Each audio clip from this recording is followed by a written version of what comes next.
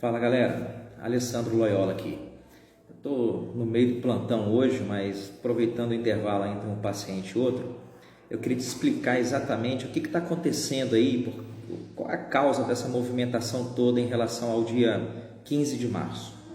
Então é o seguinte, para você realmente entender todo esse barulho sobre as manifestações que estão sendo agendadas para o dia 15 e para entender a chantagem criminosa que o Congresso está fazendo com o presidente e sobre essa chantagem que o general Heleno mandou um flora-se, você precisa entender como que funciona o orçamento do governo.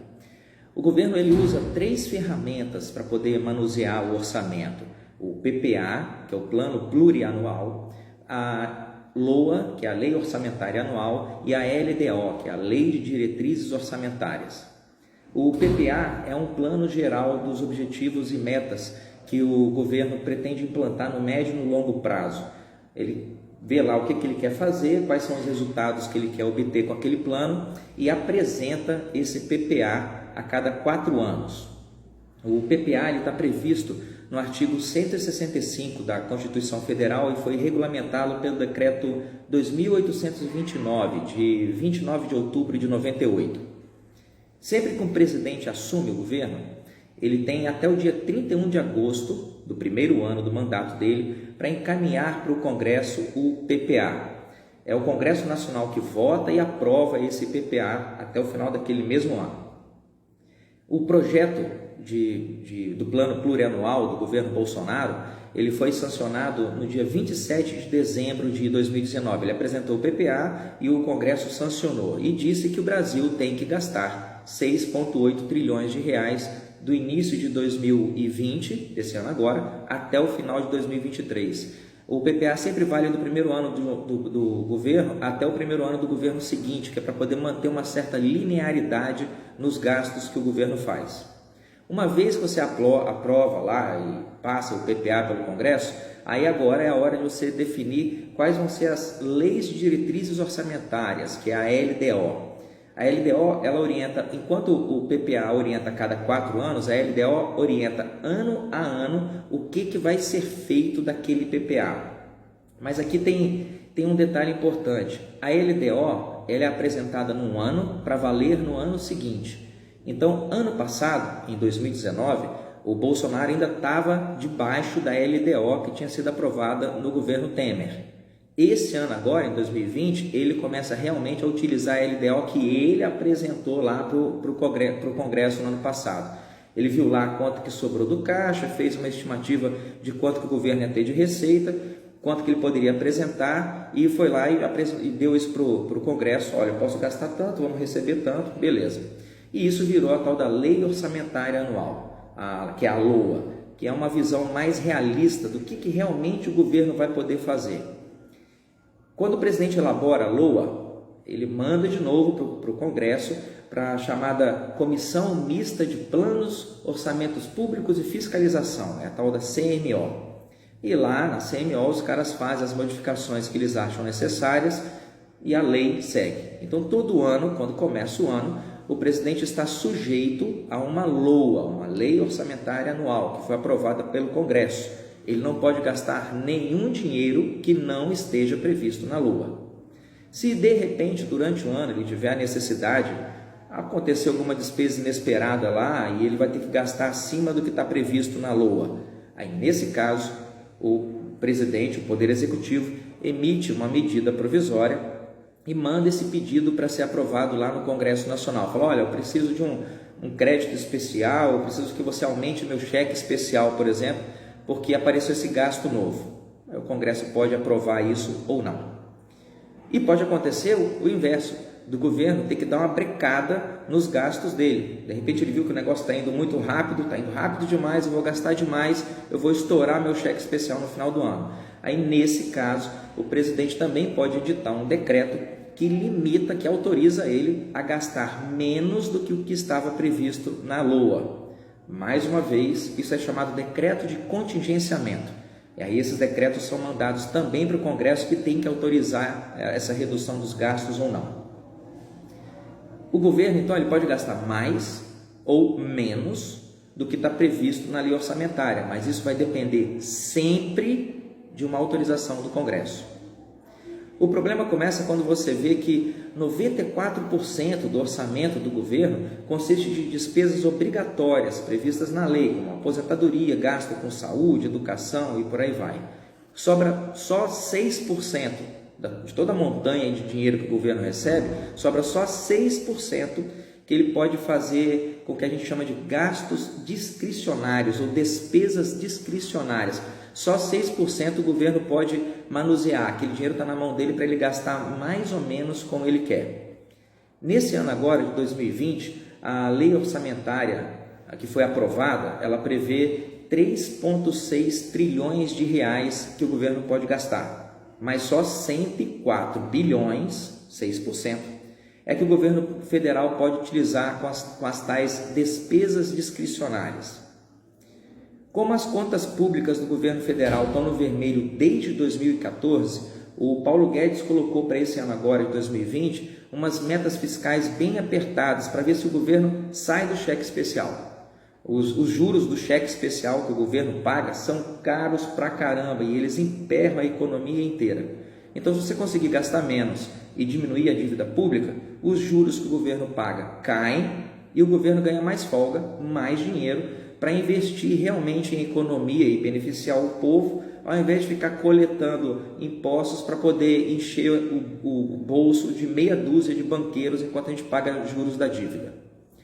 Então, beleza, foi aprovada essa lei orçamentária, estava tudo indo bem, os planos para poder sanear a economia sem gerar inflação, escassez ou desemprego estavam funcionando, e graças à lei orçamentária elaborada pela equipe do presidente Bolsonaro e aprovada ano passado, as coisas tiveram um acerto muito fino e muito eficiente, a gente estava realmente começando a decolar.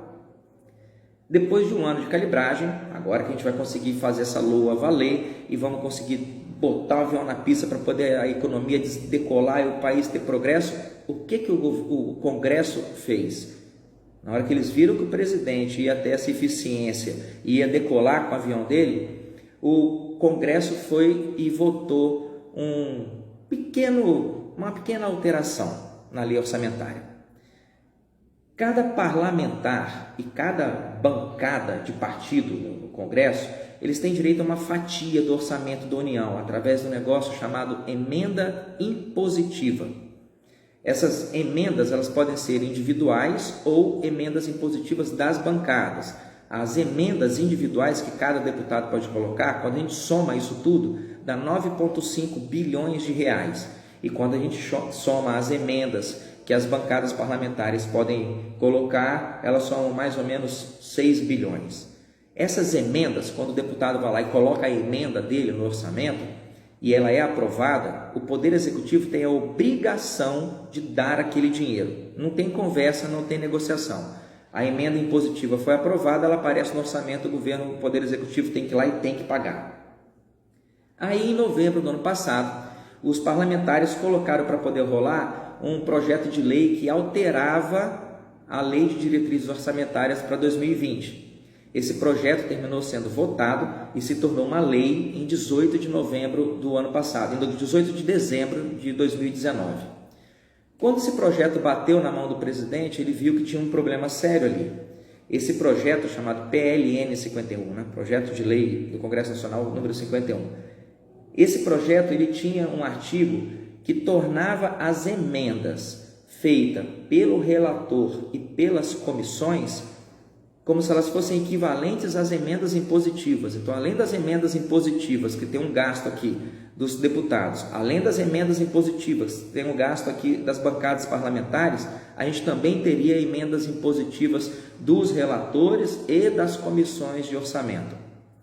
Esses artigos espertinhos, assim, que são colocados no meio de um texto longo, de um projeto de lei, eles são chamados de jabuti em Brasília.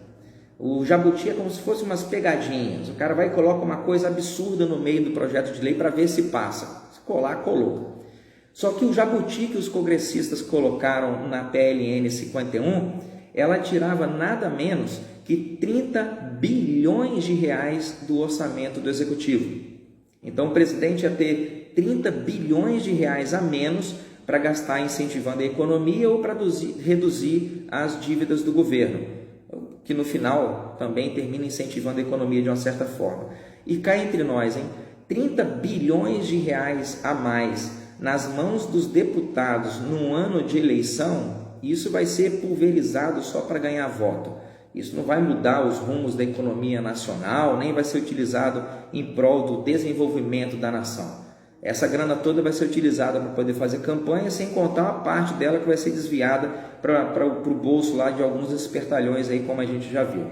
O presidente foi lá então e votou o artigo 52 do projeto de lei 51/2019. Depois do carnaval, agora passando o carnaval, o Congresso vai avaliar se ele mantém esse veto do presidente e abre mão dos 30 bilhões ou se ele derruba o veto e manda a conta dos 30 bi para o governo e manda as contas do governo para as cucuias. Se o Congresso derrubar o veto do presidente, isso pode inviabilizar o plano fiscal elaborado pelo Paulo Guedes e pode colocar o próprio presidente Bolsonaro numa armadilha terrível, porque para ele conseguir fazer o que está previsto na LOA, na Lei Orçamentária Anual, ele vai ter que pedir um dinheiro a mais para o Congresso. Afinal de contas, ele já tinha um dinheirinho reduzido. Tiraram 30 bi e querem que ele faça a mesma coisa com menos dinheiro. Ele vai ter que ir lá no Congresso e pedir um caixa a mais, um bônus. Se esse dinheiro não for autorizado pelo Congresso, o presidente Bolsonaro fecha o ano com as contas fora do que foi previsto na lei e sem ter feito o que ele era obrigado a fazer. Isso significa um processo de impeachment. Essa é a chantagem que o Congresso está fazendo. O Congresso quer mandar no Poder Executivo e está ameaçando aumentar as despesas para depois condenar o governo por ter gasto além da conta ou não ter feito o suficiente. Isso torna o Poder Executivo refém do Congresso. A gente tem um presidente eleito, a gente vive numa democracia e a gente ama nosso país. Mas a gente não é refém de canalha. Eu não aceito ser refém de canalha. Menos ainda um canalha que se acha dono de 57 milhões de eleitores, sendo que ele mesmo carrega 74 mil votos no bolso. Essa é a revolta do general Heleno. Essa é a sacanagem que o Congresso está fazendo com o governo. Está criando uma armadilha para poder remover um presidente democraticamente eleito a partir de alterações do orçamento que o próprio Congresso fez. Ele planta a armadilha e depois vai lá dar um tiro no cara. Essa é a revolta do Heleno, essa é a revolta de nós todos e esse é o motivo pelo qual a gente tem que ir às ruas no dia 15 de março. Sacou? Um abraço, galera!